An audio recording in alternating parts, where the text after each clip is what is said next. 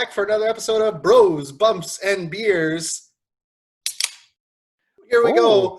I am your host, the son of a shipper receiver, Pat Gagne, and with me always is my co-host. He is 6'7", 287 pounds, from parts unknown, Helen's second favorite son, Matt Gagne. Ooh. Oh, that didn't. That didn't even. You hurt yourself? Did you even open up the can? I couldn't even hear you. I think I cut myself on that one. Oh God. Oh no, he's already razoring. I just want to say, guys, when people actually do meet me that don't know me after listening to this, they're gonna be real disappointed because I am not 6'7". I am not 287 pounds. Way to ruin the magic, Matt. But also with us, our good friend, our producer. He takes care of the decibels. He silences the slurps. Mr. Jordan Schofield. Ooh, there he is. Hey guys, quick question for you. What would happen if your mom went to jail? I don't know what. Hell in a cell. This will be the last episode of Bros, Buns, Beers. Why? That was so good. No, it's not. Her name's Helen, and she's in a cell. We just started, and I'm already over this. I'm so proud of myself. I've been saving that since the last episode. You know.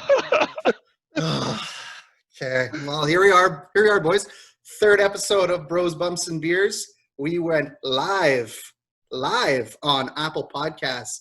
Last week, we debuted our first 2 episodes.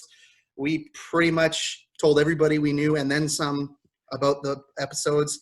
They all subscribed. They gave some pretty good reviews. We did get one 4 out of 5, and I'm going to find that person, and we're going to have a chat.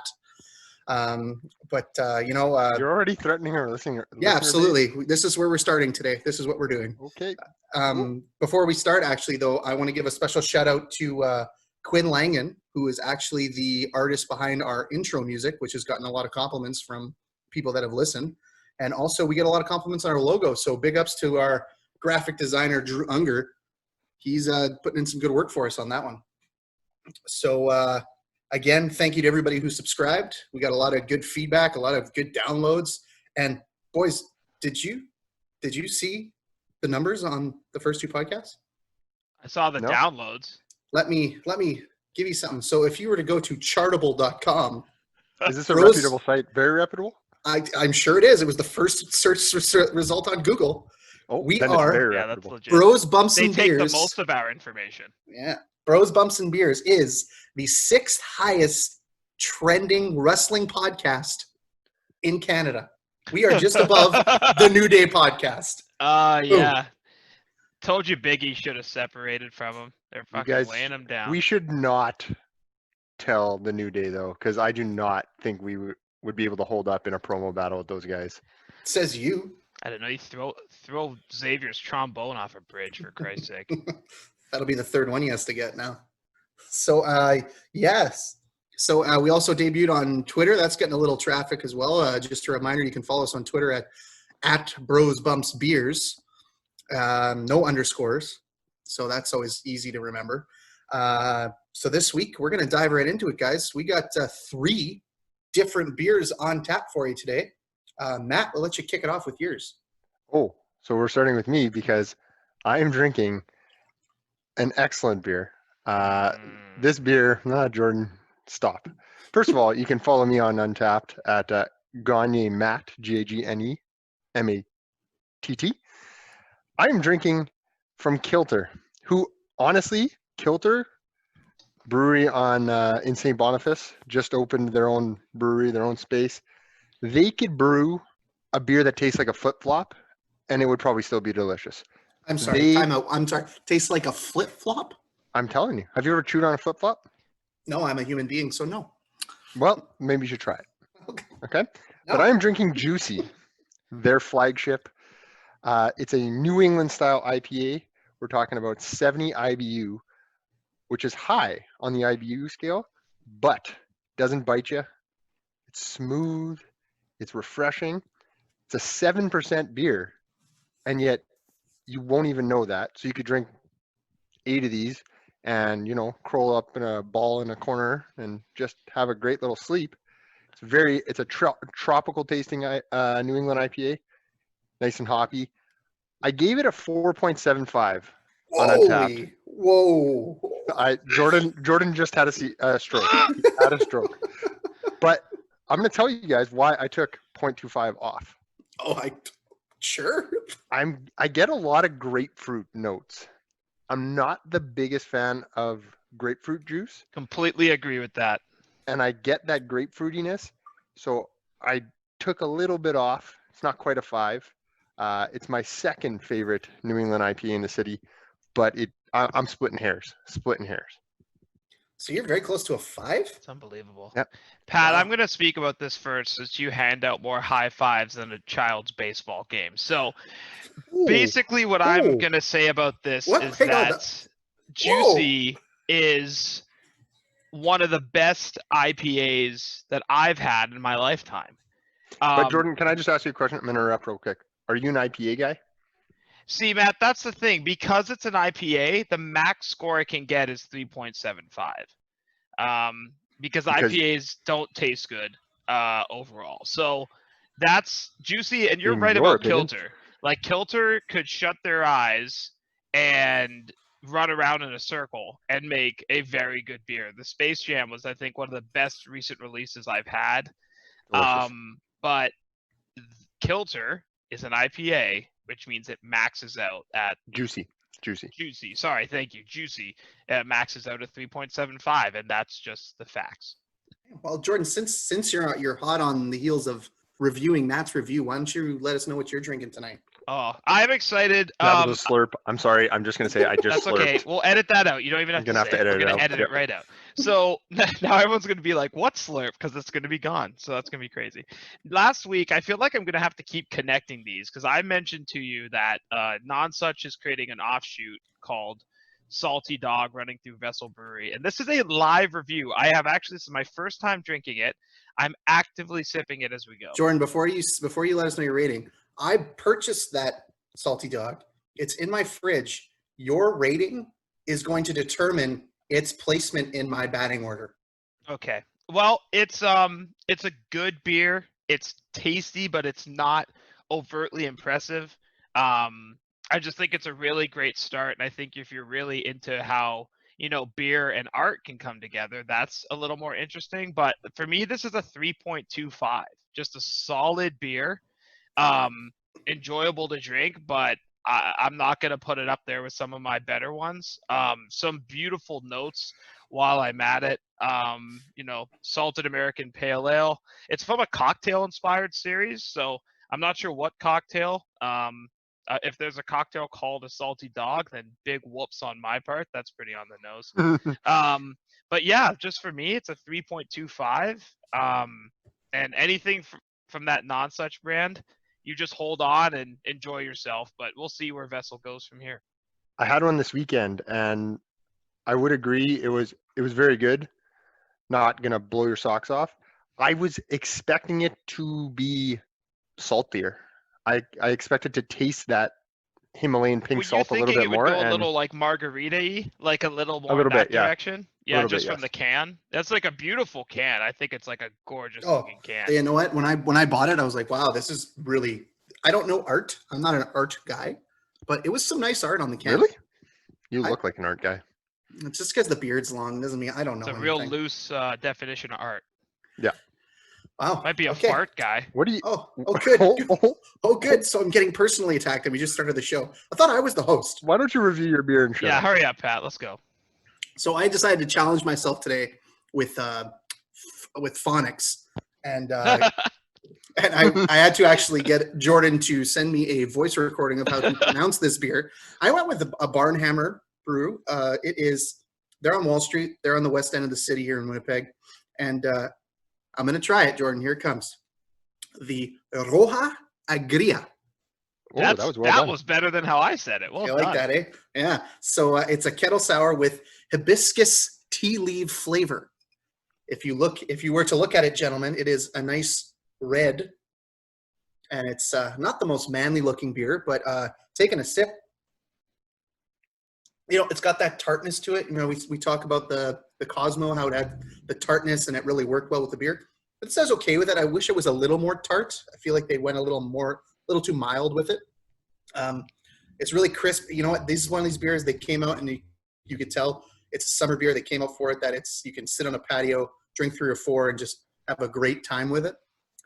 Me personally, Can I just ask you before you continue, what does hibiscus taste like? it tastes like Matt.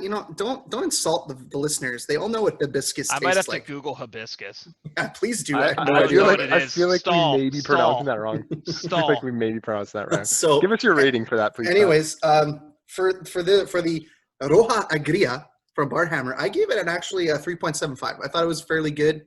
Not in the level of a 4, but you know what? I'm okay with it. Jordan's upset about it. Jordan, you can actually just leave me alone, and that'd be fantastic. Okay, I will say one thing. You were bang on when you said you expected more flavor. Like, you say the name, you look at the color, and you look at what's in it, and you're expecting to get punched in the face with flavor. I gave that beer a 2. I love Barnhammer. I really do. I think Barnhammer's in the top 3, top 4 in the city, and that beer fell well short. I could name 5 Barnhammer get a beers sponsorship. I love. Nobody's going to want to listen. No one's going to listen. You just give it 2. Barnhammer, if they want to sponsor this segment, I will list off my top 5 Barnhammer beers, but this was not one of them. Wow, okay. I'm not that harsh on it, so I give the Roja Agria a 3.75 from Barnhammer. Jordan gave his Vessel brew, the salty dog from Vessel, was a 3.25. And Matt had the Juicii, and he gave it a 4.75, baby. So once again, you can follow all of us on Twitter at BrosBumpsBeers. Pat, wait, did I forget something? Winnipeg news of the week. It's okay. It's a new segment. I didn't write it into the show notes. Don't put that on Pat. Let's go with the Winnipeg beer news of the week. This has been making the rounds in our group chats out of sheer excitement. A craft brew bar has been transforming a downtown Winnipeg parking lot. Okay.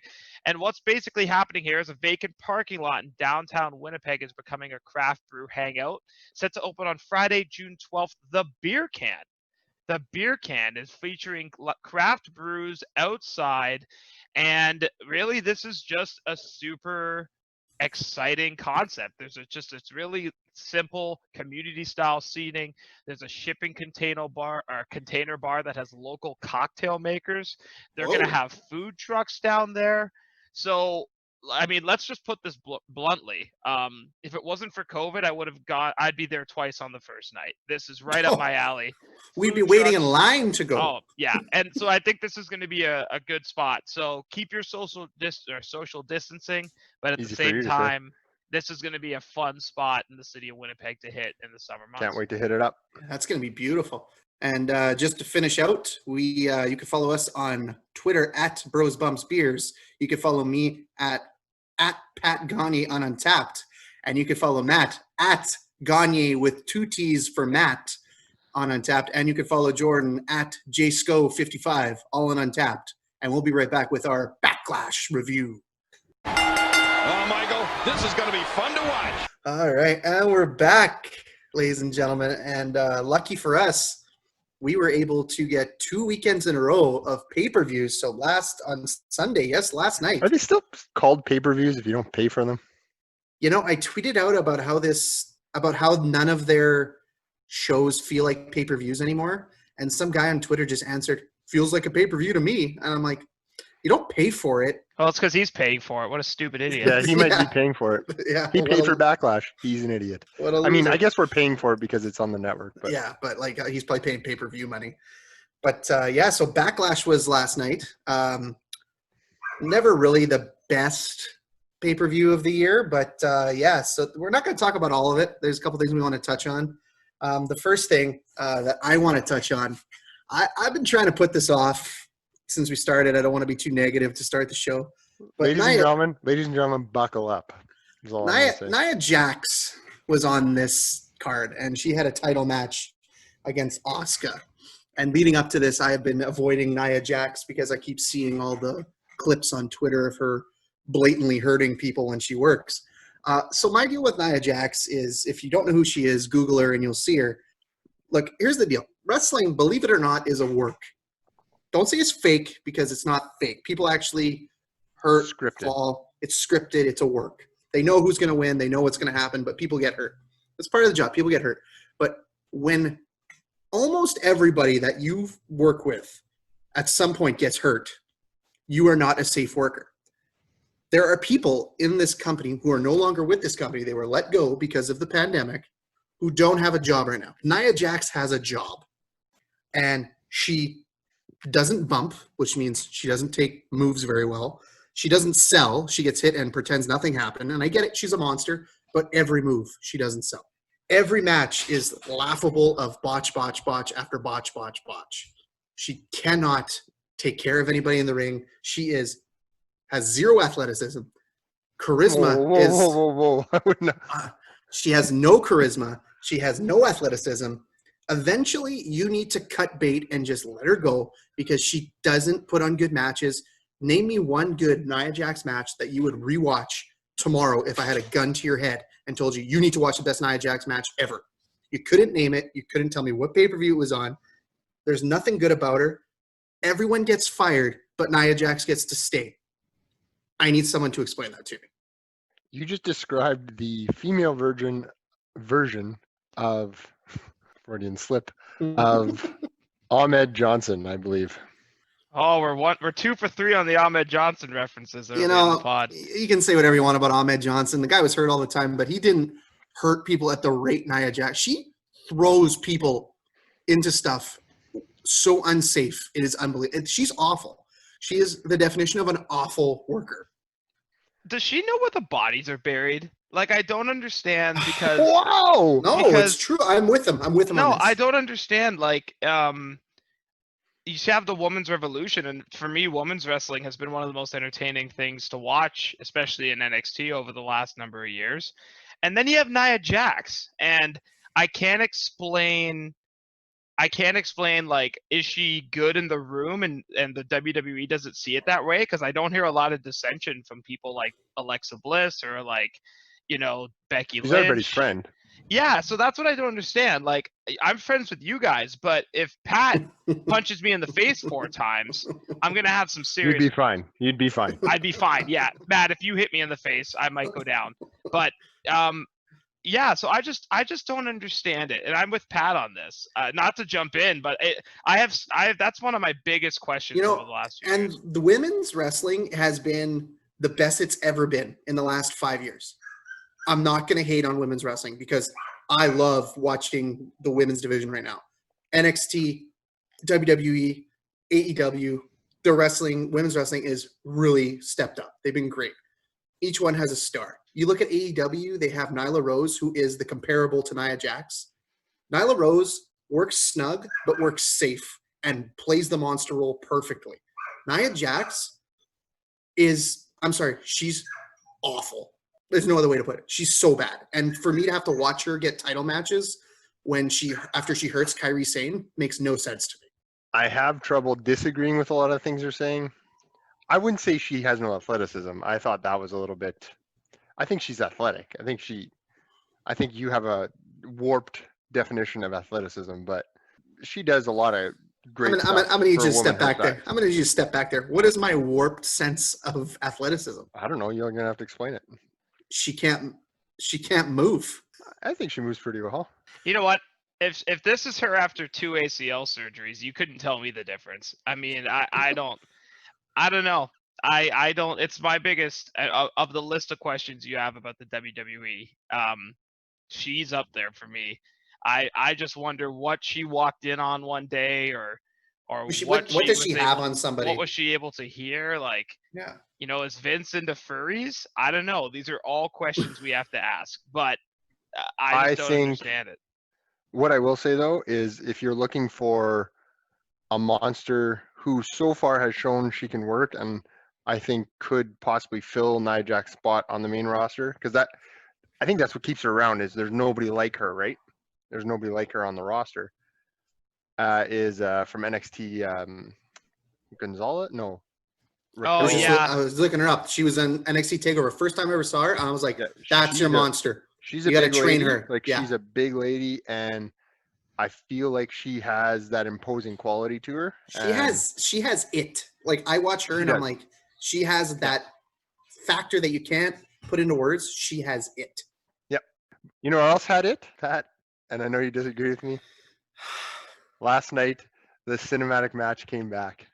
Okay, hold on. Before you continue, Matt, you're talking Raquel Gonzalez? Yes. Yeah. Yeah, so she trained with her and Ripley were doing like tag teams on dark matches for a while and training and on the road together for a while. Then when Ripley hit her shot, they were trying to find a spot for Raquel, or Raquel, I'm gonna have to work on that. Raquel probably. Raquel, but I agree. I think she's like, you know, she's exactly what you want her to be, and she's doing a great job with Dakota Kai right now. Like she's almost running like a Wardlow. Yes. Which I think is Very similar. such a great way to use Diesel to her Shawn Michaels. And something else I'll say about this too is Ooh. you have Nyla Rose, you have Awesome Khan, you have Nia Jax, and why is it that like if you are like a sizable black lady, why are you always just like the monster destroyer of worlds? I don't understand why wrestling can't find another role for these athletes, because like I'm sure you could find another way to utilize that talent as well. They tried the bully angle with Alexa Bliss. Yeah. But I found that clunky. Yeah. I wasn't a huge fan. In 2019, 2020, you can't do the bully angle. It just, especially when you have the Be a Star program where you're like anti-bully. Yeah. You can't do that. I would just love to see a company find a new way to use, you know, someone, anyone, never mind the, you know, black, white, Latino. Like if you're a big, you know, if that's who you are, like a big athletic female, like, can you be more than just like the ring monster? Like, haven't we moved beyond that in wrestling at some point, you know? Because we haven't seen it in the history, at least in my memory of wrestling. WWE's always used people the same way.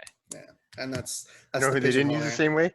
We're going back to it. We're going back to it. Do we have to? It's so the bad. The tag teams in the cinematic match. Oh, geez. That was so entertaining. It was comedic, a small comedic movie that I thought was done really, really well. So you're telling me, Matt, that you enjoyed watching two Vikings pair up with two party animals to go against a pack of ninjas? Yes, because I'm going to say that again. I'm going to say that again. I'm going to say it again. Okay. Viking Raiders, Vikings, two party animals against ninjas. Go on. Have you ever seen a bee martial arts movie? I can't wait for you to spin this. I just got to hear this now. Go watch a bad bee martial arts movie, which, by the way, I love those like Ong Bak and all that kind of stuff. I thought he meant like the bee, like the insect. No. Bee Oh movie? my like God. movie. Not like that movie. I know. No. Okay, I'm sorry. Continue. But Steven Seagal was a hero of men. Yes, exactly. And those were bee martial arts movies. And bee? This, I mean, there might be more alphabet there, but okay. I appreciate it for what it was. If you tried to spin this into this is wrestling, this should be then you didn't enjoy it, and I apologize that you take yourself too seriously. You know what? You're probably right. I do, like, I'm into wrestling because I want to see an athletic competition, good high spots, good storytelling. And Matt, you like to be entertained, and I'm just not entertained by this. I loved ROH. I used to watch ROH on the Fight Network a lot, and you had War Machine, who we know now as the Viking Raiders, and they were monsters, and they destroyed everybody. And I was excited to see them come into WWE and do that. And right away, they changed their name twice, and now they're doing this comedic stuff. I get it. You want to be on TV, but it just doesn't entertain me at all. And there's people that it does entertain, and that's you, and that's fine. You've just described essentially the reason FTR, or the Revival, needed to leave WWE, because they wanted to be wrestlers, less than entertainers. They wanted to entertain people by putting on fantastic wrestling matches. Personally, I think in today's WWE, tag teams in particular, you have to be able to play the game to get on TV. Take the New Day and the Usos. The New Day and the Usos, does a rap battle come into mind? Which, by the way, was gold and fantastic. Great. And I was entertained by that. That was entertaining. But then they're given the opportunity. Eventually, they're given an opportunity, i.e., the Hell in a Cell tag team match they did, and they tear the house down. So I personally think the Street Profits and the Viking Raiders are playing the game. They're going to do this cinematic match, this comedy, athletic competitions they're doing and all that. which will eventually lead to a match. And I think these two teams have the potential to have a really, really good match that will entertain people from the athletic standpoint. I will say though, anytime you get Akira Tozawa next to a 7'4" black ninja with a huge sword, that is just fantastic there. I loved it. I thought it was great. And that's fine. And you know what? When they don't get that amazing match that you think they're going to get, you owe me a beer. Yeah, okay. Okay. Put that on the board, Jordan. First big board. Noted. So, and then we move on and we'll do the last thing, which was advertised for Backlash, the greatest wrestling match ever, Edge versus Randy Orton, which was pre-taped. The whole lead up to the match, they came in, they did their big entrances. The best part about it, they had the microphone come down and they had Howard Finkel voice piped in. I thought that was real classy and that was super cool. It lost points with me right away when they started piping in crowd noise. Oh, why did they do that? It ruined it for me. It didn't ruin it for me, but it was a downside of this match. Jordan's shaking his head. Jordan disagrees. You like that, Jordan? I thought it, once you stopped thinking about it, I thought it helped with the match immersion a ton. I'll agree with you. I kind of forgot about it at certain points, but then when you hear the crowd noise and they show there's people and you can see them in the crowd and they're not moving their mouths, it just it felt weird to me. It didn't ruin the match. It was just kind of a weird thing I didn't think they need to do. So, and it was all like, it was why like you do the cinematic match that Matt loved before it. This is what I loved. But I loved this match too. Yeah, it was This storytelling. had all the aspects of a 5-star match. It just didn't hit that 5-star, I don't think. No, it had all the aspects. Edge had all the facial expressions you needed. There was that storytelling. Never felt slow. For a 44-minute match, I was never bored. The pace was good psychology. It felt like, you know what it felt like? It felt like each guy came into the match with a strategy that they wanted to fulfill, right? Like this work is how the I'm going to win the shoulder, match. work the neck. The small touches of like the ref wearing the old school ref uniform. That was cool. He was counting to 10 as soon as they went outside the ring. Very underrated and probably won't be talked about enough. Samoa Joe on commentary. Ooh. I think this match was better because he was on commentary. You know what? And if he ever has an injury that allows him not to wrestle anymore, he's got a job for life. He's so good on commentary. Yeah, Byron Saxton's on the hot seat. Like he was sitting there, and every time Samoa Joe talked, he was like, "Ooh, spicy." There was one spot, actually, you say that, where Edge falls on the top rope, like his stomach falls on the top rope, and he's like, "Oh, he's sort of been working the ribs a little bit." Byron Saxton says that, and then Samoa Joe spins it into how compacting the midsection puts pressure on the spine, which then affects your neck. And I was like, if he had just said that from the beginning, like Byron almost took away from, it was almost like Samoa Joe was like justifying that Byron wasn't wrong. Yeah, and like it was great. The whole story in the match was Edge's self-doubt. Like, could he do this still? He was unsure of himself at the start, and then it was like this metamorphosis of like, hey, I'm Edge, damn it, and I'm going to do some great stuff. And then the thing that I did not like about the match, that it didn't hit that 5-star for me, there's way too many borrowed moves in the match. I love that. I love it. That's back and forth. Because they were doubting the fact that, oh, will the spear be enough? Will the RKO be enough? And then it led to the finish, which was Randy Orton going, the hell with it, I'm kicking him in the head. Yeah. Like, I felt as if them borrowing all these moves, whether it was the pedigree, the rock bottom, the three amigos, the unprettier, the Olympic slam, I wrote them all down because I was like, they're borrowing everybody's moves. This is fantastic. And they look at the hard camera almost every time they do one of their moves. Can I ask a Samoa Joe question? Yeah, So absolutely. I like something I've enjoyed in other sports is debatable, but especially in the UFC recently is like Daniel Cormier, and I think he's such like a revolution on commentary because of his expertise. Yes. And I think WWE's really missed that, where, you know, like they had Lawler back in the day who wasn't really there for his expertise, but as they continue on this journey, like, do you think it makes more sense to have like legitimate name wrestlers who are like talents in that time guest on commentary more or be on commentary more, rather than like Byron Saxton, who in my opinion doesn't really add anything? You know, I think back to when CM Punk got hurt, and instead of putting him on the shelf, they put him on commentary. he was absolute dynamite on commentary. Mhm. Chris Jericho, not my cup of tea, but everybody seems to like him on commentary. He was great. And I think it lends itself to, you get somebody who is actually in the ring and knows what they're talking about and has that psychology, it makes for a better commentary team. I would agree. I think if you have a guy who isn't far removed, but also could get back into it, things like that, it adds such a dimension to the match, especially if they're a cerebral wrestler. Mhm. Randy Savage, if you watch some He was good. new era stuff, he Mhm. was okay.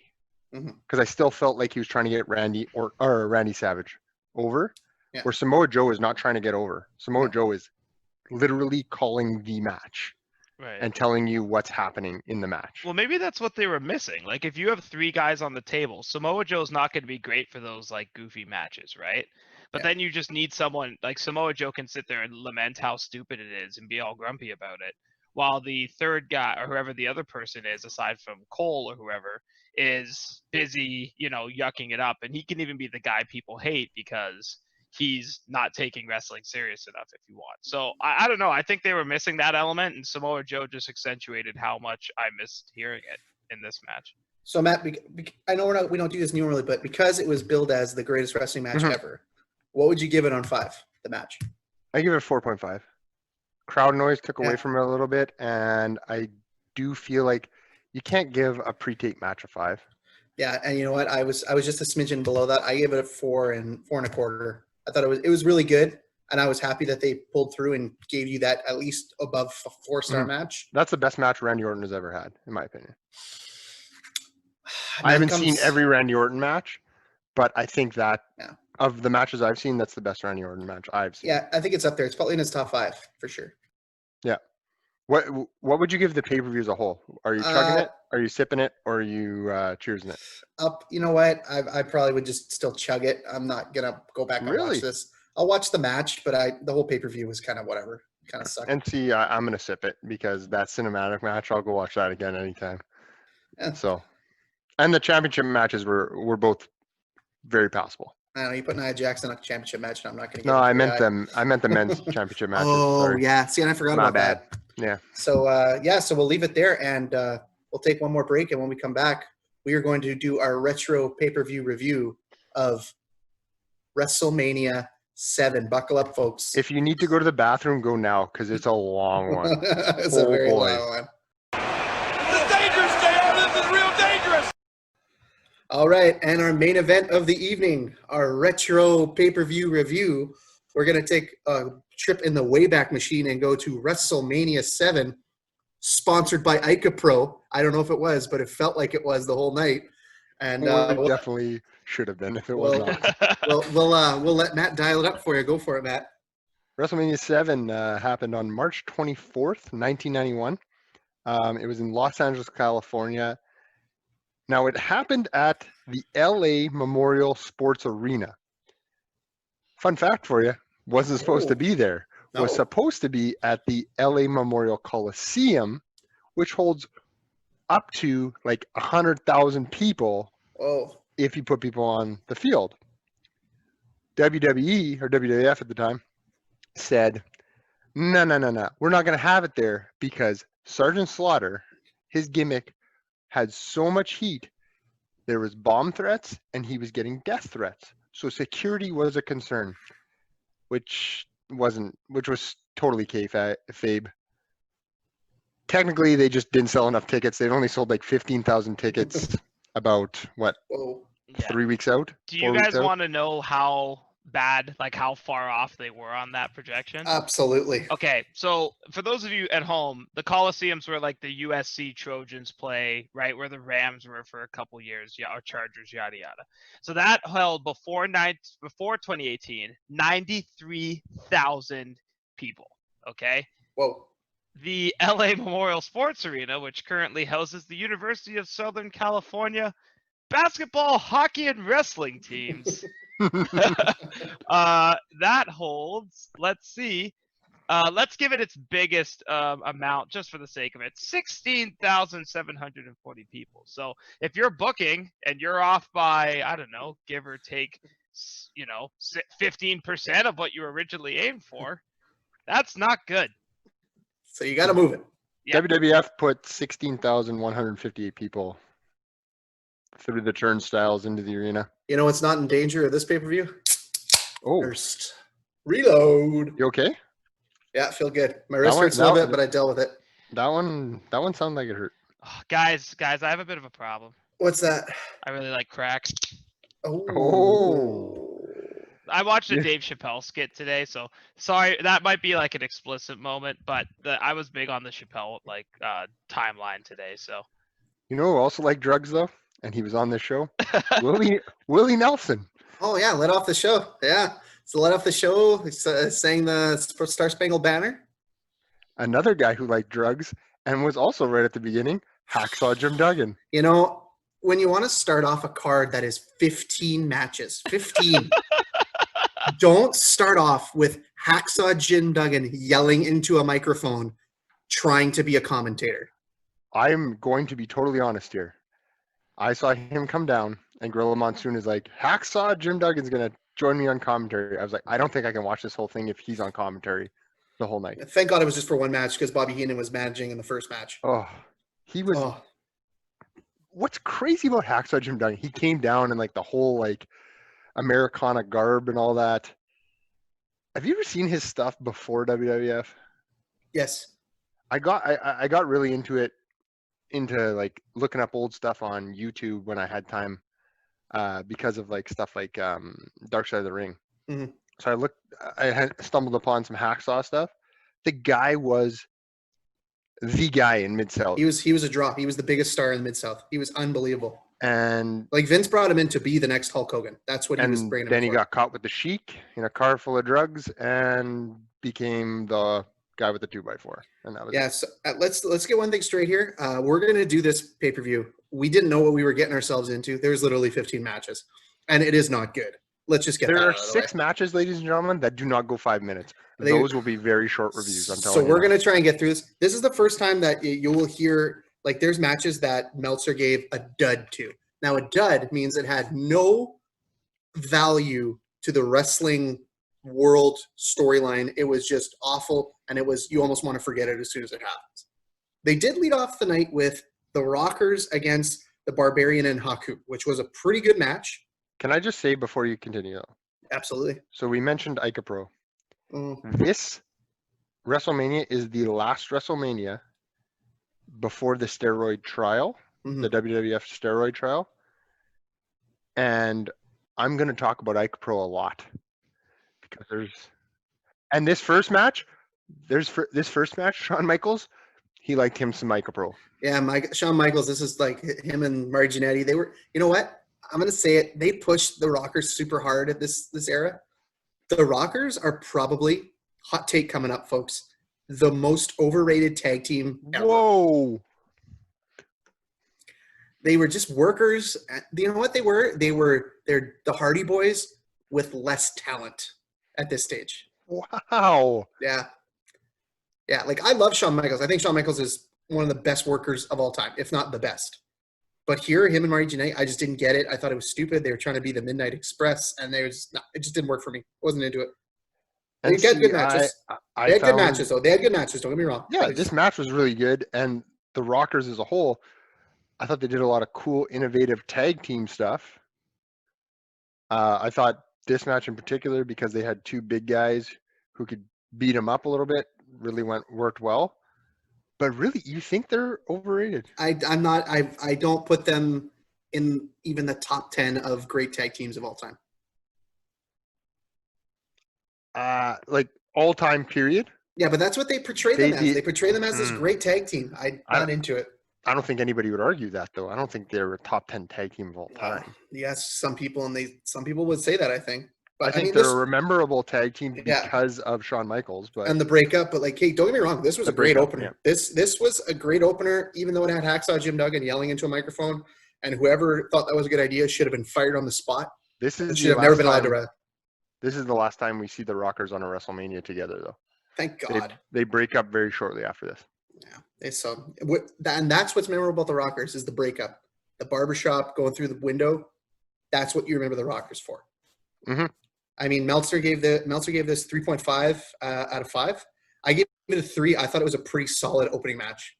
I agree with Meltzer. I give it a 3.5. I thought they had me waiting for the hot tag, which I feel like is a good generic tag team match. You're like really, really waiting for that hot tag to come. When it did come, I felt like the match had its sequence after that, and I thought it was a really, really good tag. Yeah, it match. was solid. It was a good way to start. WWF at this time usually started with a really good first match all the time, and this shows that. And then after that, well, hang on. This was a heavy celebrity heavy pay-per-view, and Jordan, I need you to tell me who the hell is Marla Maples. Oh boy.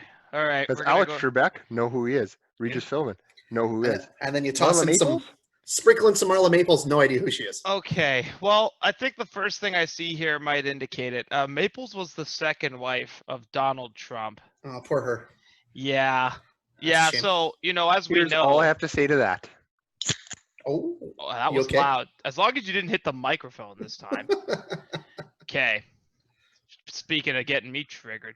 All right, so second wife of Donald Trump.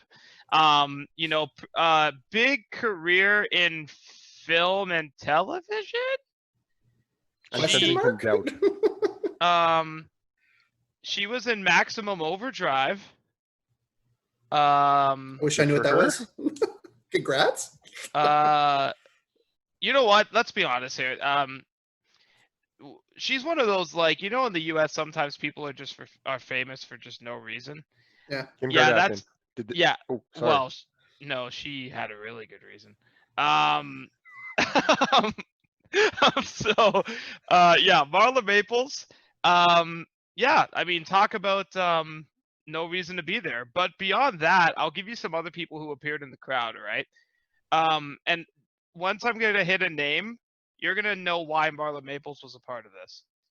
George Steinbrenner, Paul McGuire. I don't know who that is. Maybe it's Toby McGuire's dad. I don't know. Macaulay Culkin, Donald Trump. Oh, there you go. Yeah. There you go. Lou Ferrigno, the Hulk. Oh, Yeah, he was there. Chuck Norris, Beverly D'Angelo, Henry Winkler. What? He was Amazing. always there. He was there all the Awesome. time. Big wrestling fan. And the least surprising thing ever, Bob Costas was supposed to be there, but he canceled due to the objection over the angle of the main event. That's And fair. then he interviewed Vince McMahon and almost got choked out by him. Yeah, Bob Costas is a lifelong stick in the mud, and don't ever forget it. Remember when he had pink eye at the Olympics in both eyes? That's my a favorite thing ever. What an idiot. What a stupid idiot. Somebody farted on his pillow for What sure. a stupid idiot. Oh my god. Go Okay, look that up. Go Google that. Bob Costas, going pink to. eye, the big Going to. baby. Oh my god. Okay, so we move on. This is the next two matches. We can just go through this. Like, we got Dino Bravo against the Texas Tornado. I'll give Texas Tornado some credit. He always looked like a star. The Von Erichs always looked like stars, but you could tell he was running on fumes. Oh God, I'm sorry. I just looked it up. Oh god. I'm gonna have to sound adjust our laughter. I think I just blew my Look at it. Bob Costas fake eyes. Bob Costas double pig eye. Put it in. I wish this podcast was on video. Pink eye. Oh my god. Oh yeah, that's pink eye. That's some pink. That's a double pink eye. Oh my god. Oh, okay, well let's get free focused here, guys. So yeah, Texas Tornado wins this one. Almost no offense by Texas Tornado, and he still wins. Meltzer gave it 1.1 and 1 3/4 stars out of 5. I give it a 0.5 because Matt, you know what? That first episode, you created the curve where you said that 15-team tag team battle royal was the bar of crap. Yep. I felt this was a little bit better than that, so it got a 0.5. I felt like because the Tornado was, when he mounted his offense, people cheered. I was like, oh, it's got to have at least a 0.5. Yeah. Dino Bravo was so blown up for the amount of work he actually did, and he's not a good bumper. No, this is God rest like his soul. The guy could not bump. This was his last WrestleMania after that, if I remember from Dark Side of the Ring. I think so. I can't get over how many times you guys do this, and I look at the match card, and it's just people from Dark Side of the Ring, up and down. Kind of sad, and more who are going to be on it. Yeah. Like, let's talk about Jake Roberts has to have a Dark Side of the Ring at some point. Ooh. And right? Like, it's just a who's who of future and past dark sides. It's interesting every time. Well, and so we're gonna move on to the next match, which I don't know how this wasn't the main event.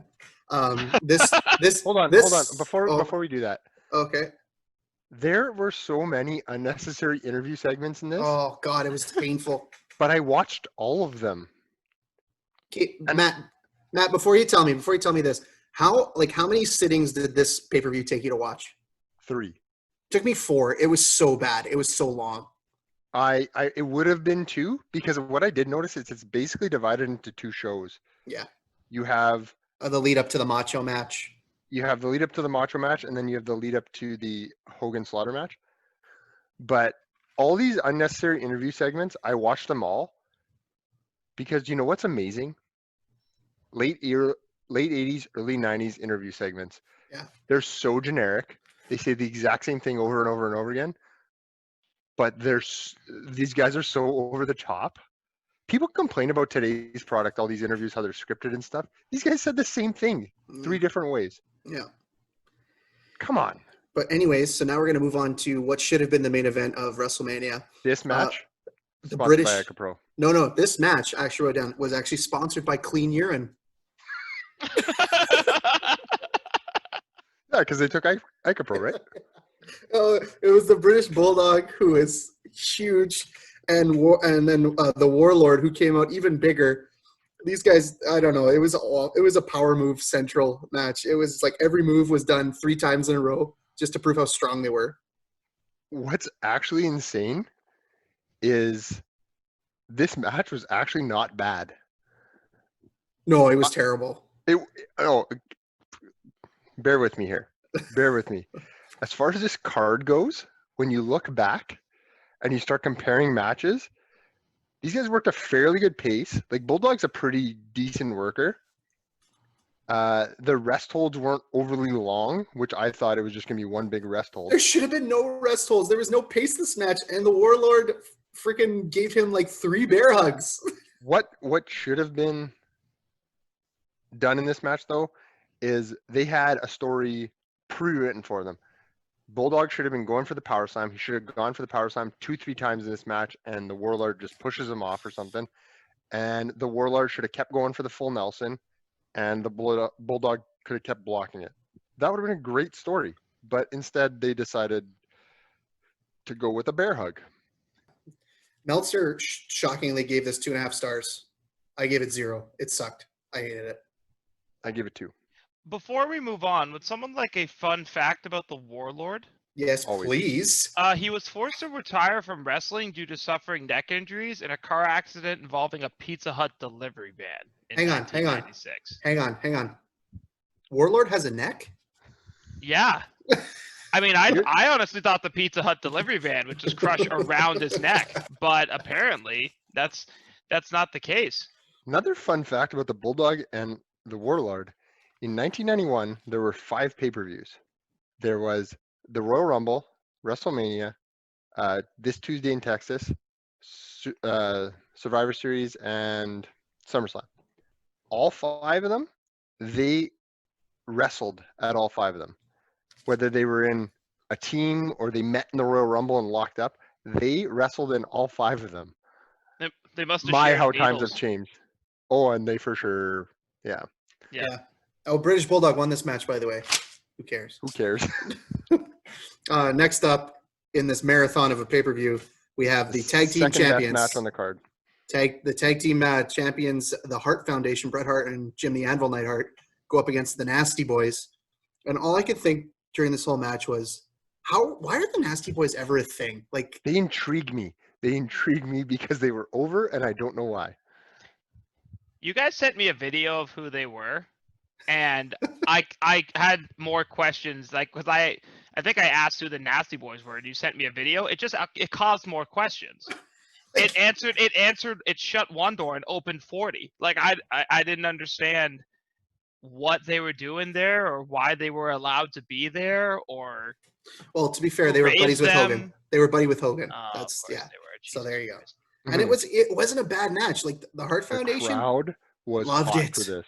I loved everything about this. The crowd loved it. They told a good story. It was fun. It was good tag team psychology.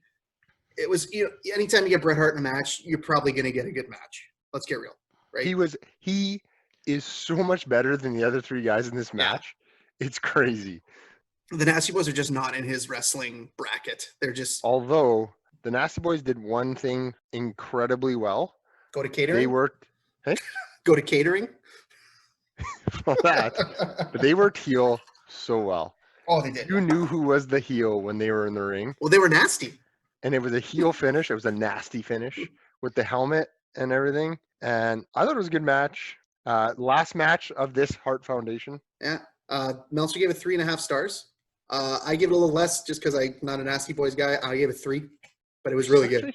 Why do you always got to go less? Is it because you think you're smarter than Dave Meltzer? Yes. There, I said it. I gave it a 3.5.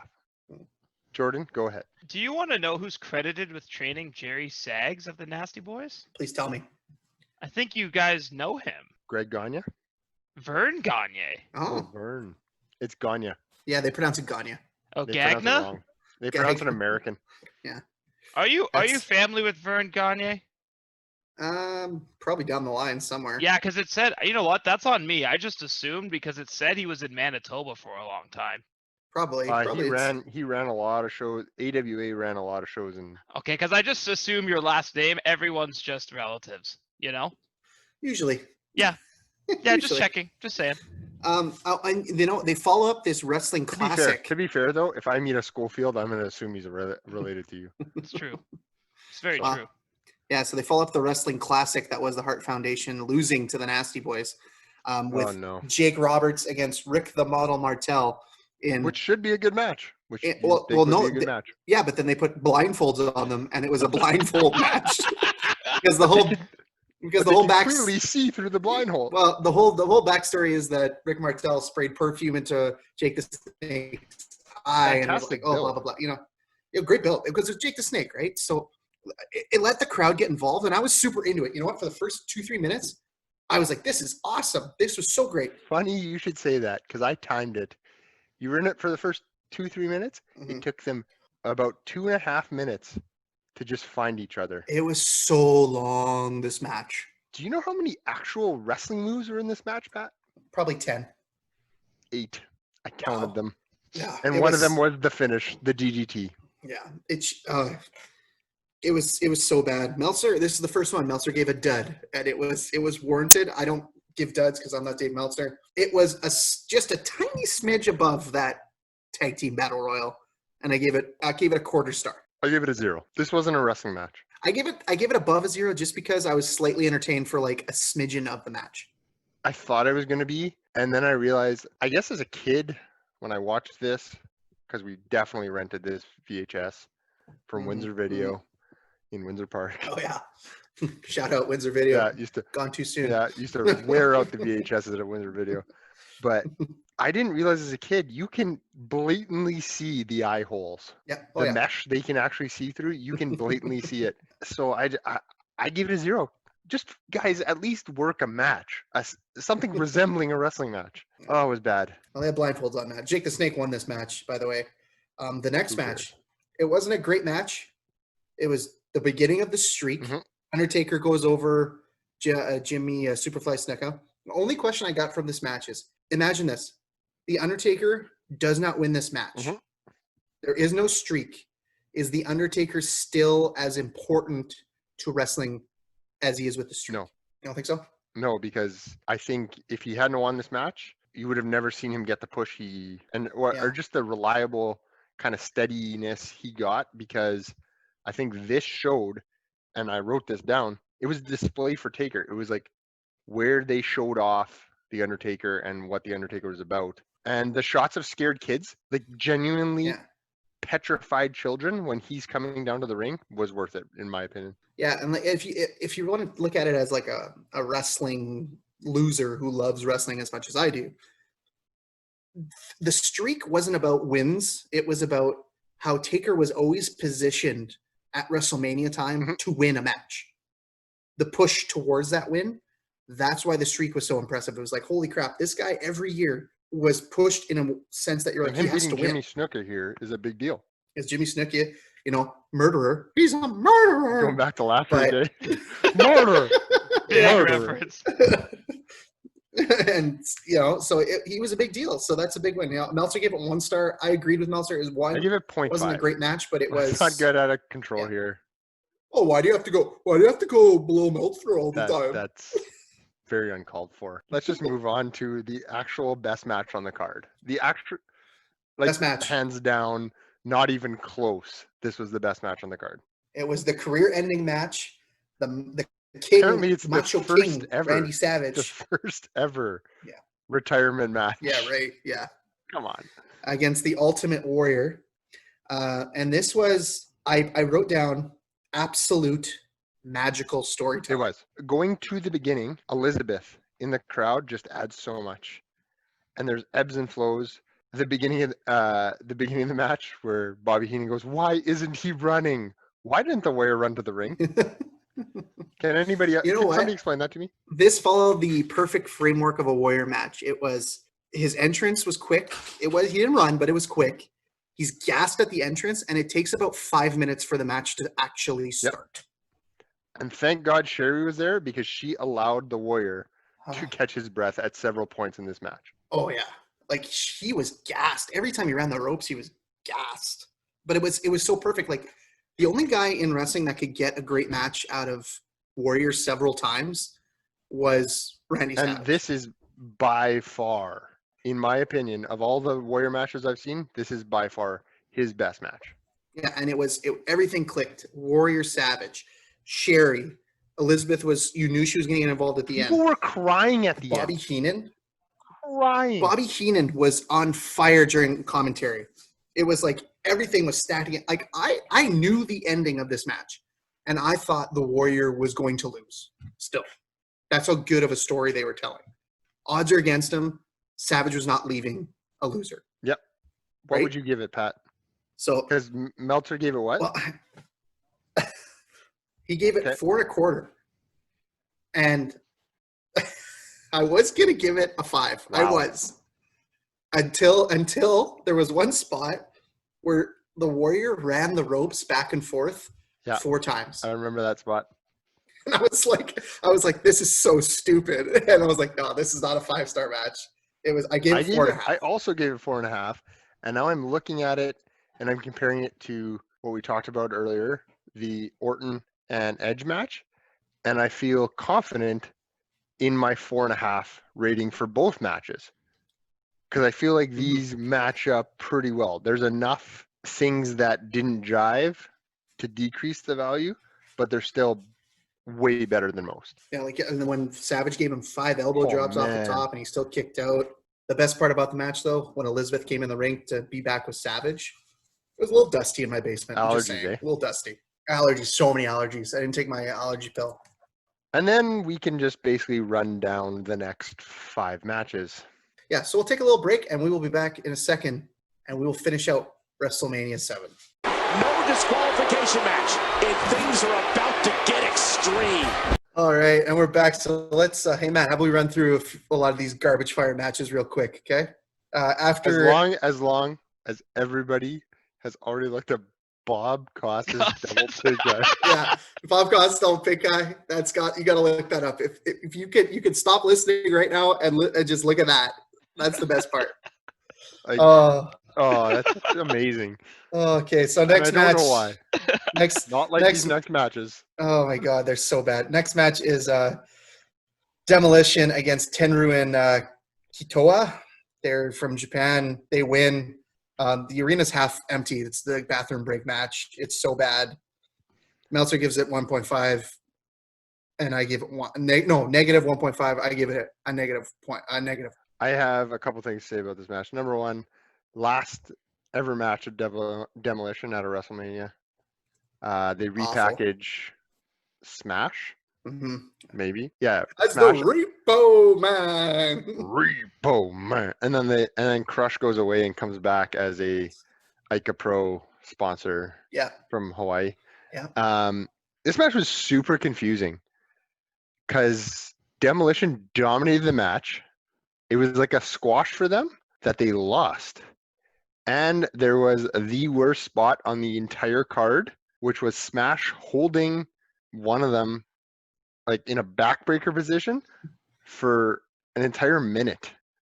I timed it. I kept Actually, the best part of this match is when Bobby Heenan said, "What's his name? Hand towel?" Yeah, that was pretty good too. So He good. had a lot of zingers in this one. Oh, what'd you give it, man? I gave it -1. I gave it -1. It was better than that Battle Royal, but not by a lot. That was worse than that. Oh yeah, next match was actually pretty decent. Intercontinental title match. Big Boss Man against champion Mr. Perfect. Big Boss Man wins by disqualification. But if you want to watch how wrestling's supposed to be done, watch Mr. Perfect. Mr. Perfect is the man. I can watch him bump for days. Yeah, he's why I love pro wrestling. I watch him wrestle. Boom. Give me a Bret Hart, Mr. Perfect match. I'm happy for days. Boss Man's entrance music, first of all, fantastic.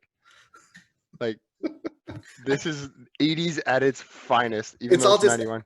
It makes you. Yeah, you just got to snap and just give her. Yeah. And hot take here. Big Boss Man is who Baron Corbin modeled his style after. They are the same wrestler. You don't put the beautiful name of the Big Boss Man in the same breath as King They Corbin, okay? are You don't do almost identical as far as styles go. that. Yeah. Andre the Giant makes a cameo. That's always He fun. ruined this match. He didn't look good though. He didn't look good, look bad. and he ruined the match. Why was he there? It made no sense. Yeah. I also gave it 2.5 stars. I gave it 3. I really like this match. See, the Andre Schmoz, that's a great word, man. Schmoz. I tried to spell it. I think I spelled schmaze, but whatever. The Andre Schmoz at the end, just like it sucked. Anything that was good in this match, it sucked it out for me. I gave it a 2. It was Mr. Perfect couldn't even save this match. No. Well, good thing they followed up with a Hall of Fame match. It was Greg the Hammer Valentine, who looks like every old school PE teacher you'll ever see. And I take offense to that. Against the Earthquake. All I wrote down was, does Earthquake go down in history as the most awful, most cringeworthy singlet of all time? You're right. Well, he has some sort of sound wave on it, so I think I naturally have to be on Team Earthquake. Also, He has a skullet, so he can't be on that side. Look up when was Earthquake born? June 22nd, 1963. 1963. So in 91, quick math. 28. 28 years old. He's 28. 28 years He old looks on this 40. card. He's 28. He looks like he's 50. He looks 40. What? It's amazing. Oh, and Matt, I one last question for this match. Wait, What would what? you No, ra- no, no. Timeout. What year was it? This was 91. 91. Oh my god. I know. It's the biggest mind mess up you'll ever see in your life. Yeah. Oh, and he's Canadian. Very Yeah. Canadian. Ah, And he's a sumo. And damn he's it. a sumo star. The Earthquake is the most confusing human being on the earth. But Matt, quick question for you. What would you rather take? The Earthquake finish or the bonsai drop? I'll add a third to that, or the stink face. Ooh. I'm taking I'll the take- bonsai drop. Stinkface. No, I'm taking the Earthquake. Stinkface. It's called soap. Matt, and No. the fact that you're taking the Earthquake is disgusting because the singlet is terrible. You said bonsai drop. You realize you putting your life in the hands of a 600-pound man who could just squash your sternum anytime you wanted to. I read up on it. Yokozuna was like a feather with Unless that he move. didn't like you. Except if And I feel you're. like he wouldn't like Yeah. What was the name of that guy? Oh, yeah. Yeah, that was Yeah, Look that you one up, remember the too. YouTube yeah, that clip? Yeah, looked out. Yeah. Yeah, you want to see a dead body? you. Yeah. Meltzer gave it a dud. I gave it a 0.5. I gave it a 0. And you know what? 0. There was an hour left on the card after this match. Oh my goodness. Yeah, so let's keep zooming. Let's keep So going. the next match, let's give them less than a minute. Yeah, less than a minute, and it was the Legion of Doom against Power and Glory, sponsored once again by Ica Pro. So much Ica Pro. They had It was a squash match. It was just. It was why? terrible. Why put this on a WrestleMania? I don't know. It was terrible. It was a dud for Meltzer. I gave it a 0. And I gave it a 0. I just don't understand. It's whatever. Move Do you on. think they just had to find a way to get the LOD on the card? Because Yeah, they were that's going to what it beat the was. Nasty Boys. They end up beating the Nasty Boys a little while after to get the tag belts because they couldn't beat. Can't have face versus face. Who cares? Well, the next match, we'll try and be as delicate as we can with it. It's Ted DiBiase against Virgil for the $1 million title. Fun fact for those of you at home who don't know this, Virgil is actually the real-life name of Dusty Rhodes. So the big rib is that he was the servant to the Vince McMahon Inspired. modeled character, inspired character. So that was the joke on Dusty Rhodes. It felt like it should have been a bigger match because it was For a made-up title? it was and it was like Virgil, he was releasing himself from Ted DiBiase. It felt like it should have been a bigger blow off, right? He added Roddy Piper to Why? it Why was It Roddy was- Piper there? because Virgil has no personality. Why was Roddy That's Piper why. there? And it made the crowd be into it. It was fantastic. That was the best part of the match. What was Virgil the best looked part of the really match? weak. What was the best part of the match? Roddy Piper. Oh my no. It wasn't. Yeah, it was.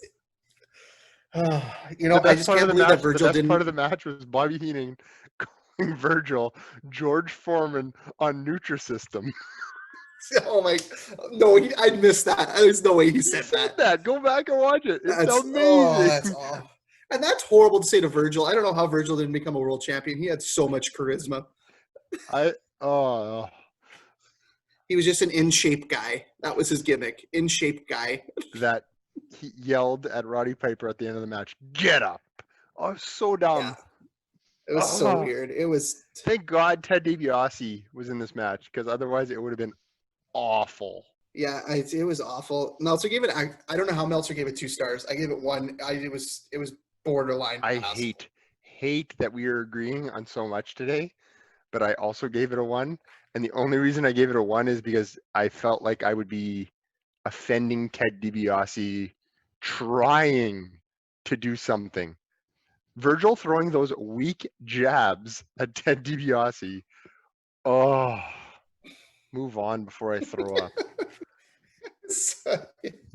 And that's okay. So we're almost there, Matt. Oh, We're getting no. there. But first, let's get into something that's worse than Virgil versus Ted DiBiase. Oh, It was Tito Santana, who is incredibly underrated, oh. against the Mountie. Oh, this was a fart noise. It was awful. It was just basically so that the Mountie could use his cattle prong against someone. I believe it's a cattle prod. What I Prawn. say? It's not a prawn is like a shrimp. I thought he said a cattle prong.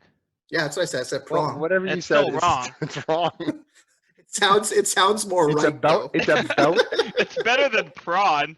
It's not a cow shrimp. what you just said is about as oh shrimp.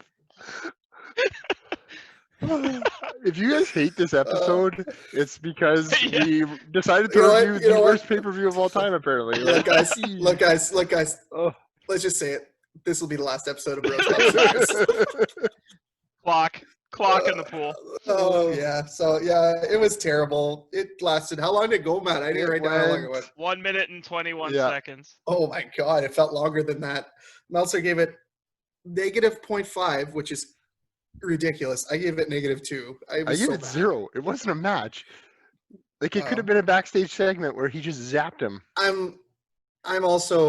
I also hate the Mountie and everything that the Mountie stands You for. didn't like the so Mountie? I hated the Mountie. I thought he was rather gotta offensive to review- Canadians, but I mean, We got to review that pay-per-view where him and Bossman have that jailhouse match, whatever the Seven's the heck night it in was. jail. And yeah, it was so bad. We got to do that one day. Finally, we are here, folks. We have made it. The main the event. turncoat versus the American Hulk hero.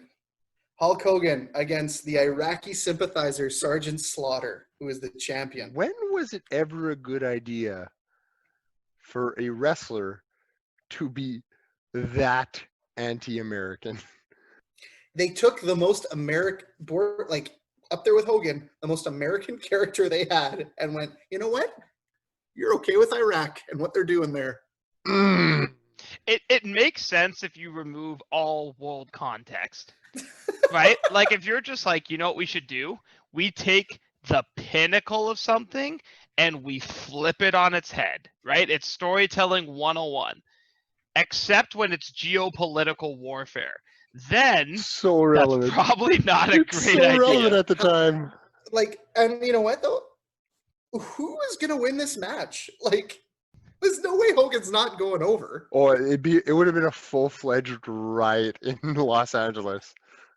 And in what world does the champion come out first? That's also true. And also, the pop Hogan gets, I forgot. Like, I always forget because Stone Cold pops are incredible, right? And that's, like, in my head, the pinnacle of pops.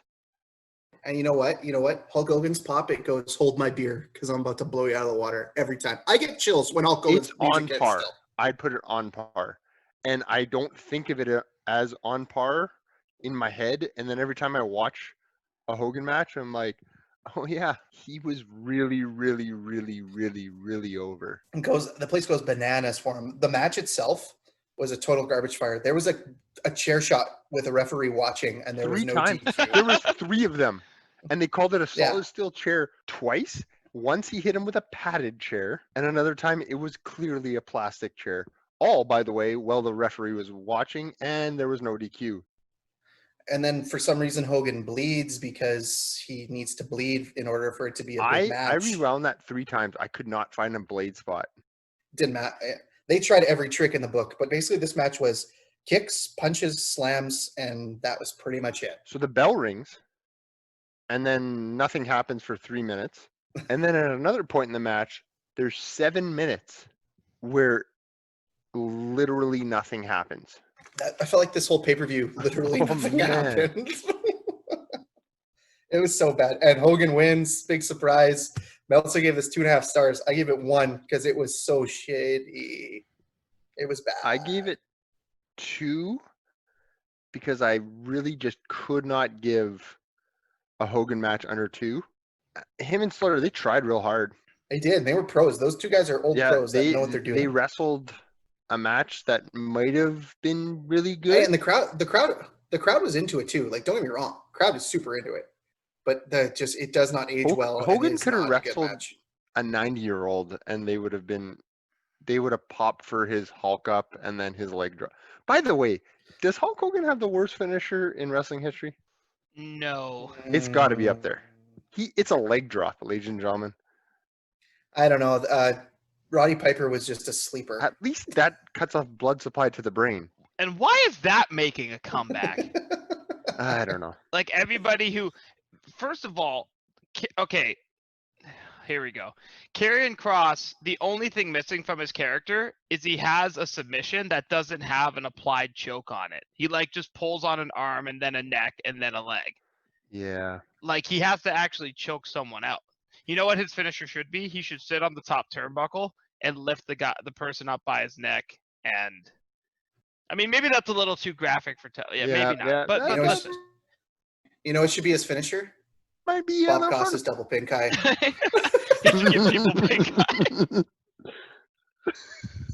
Oh my god! Yeah. So Matt, at the end of the day, I think we're both in agreement. We're chugging it. We're chugging You're this. chugging it? Really? Yeah, it's so bad. I will never watch this again. I'll never watch it again. I'm going to shotgun it. It was so bad. I don't even want it to last that long. I was like, where are we going? I don't even here? want it. Yeah, Matt's gonna dump it out. I don't even want to chug it. I want it to just like, you know, when you get up on a ladder and somebody pours a beer down your throat, do that to me, because this was 3 times I had to turn this on knowing I wasn't going to be. Oh, yeah. There was. Felt like a chore. Felt like I was a chore watching wrestling, wrestling, and that's never good. No, it should be fun, and it should not feel like getting double pink eye. Is that our new rating system? Did this match? Yeah. Do you have no pink eye, 1 pink eye, or double pink eye? Ladies and gentlemen, I never look thought up I'd get the to weave picture. in Bob Costas hate into Oh, this podcast. Please, but please, boom. if you haven't yet, go on our Twitter. I posted the picture of Bob Costas double pink guy, and it's the greatest thing of I'm all gonna time. change our logo to just a zoom in of Bob Costas. the stupid guy.